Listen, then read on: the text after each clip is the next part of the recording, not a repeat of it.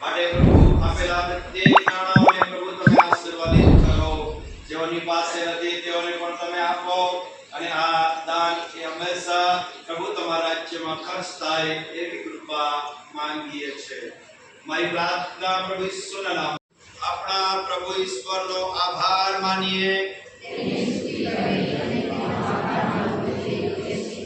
પવિત્ર પિતા, સ્વર્ગીય રાજા, સર્વ સમર્થ અને સનાતન ઈશ્વર, અમારા પ્રભુ તમારા એકના એક પુત્ર ઈસુ ખ્રિસ્ત દ્વારા સર્વ સ્થળોમાં હંમેશા તમારો આભાર માનવો અને તમારી સ્તુતિ કરવી તે કેવળ યોગ્ય છે.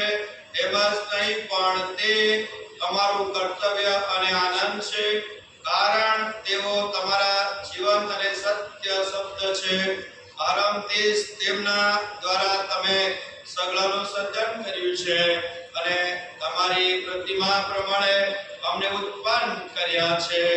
આ દુનિયામાં આવનાર દરેક વ્યક્તિને તેમના દ્વારા તમે પ્રકાશ પમાડ્યો છે.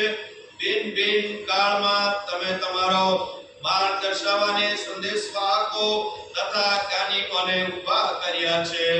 તેમના દ્વારા તમે અમને પાપના બંધનમાંથી મુક્ત કર્યા છે. મનુષ્ય રૂપે જન્મ લેવા, વધસ્તંભ પર મરણ પામવા અને અમારા માટે સજીવન થવા તમે તેમને આપ્યા છે.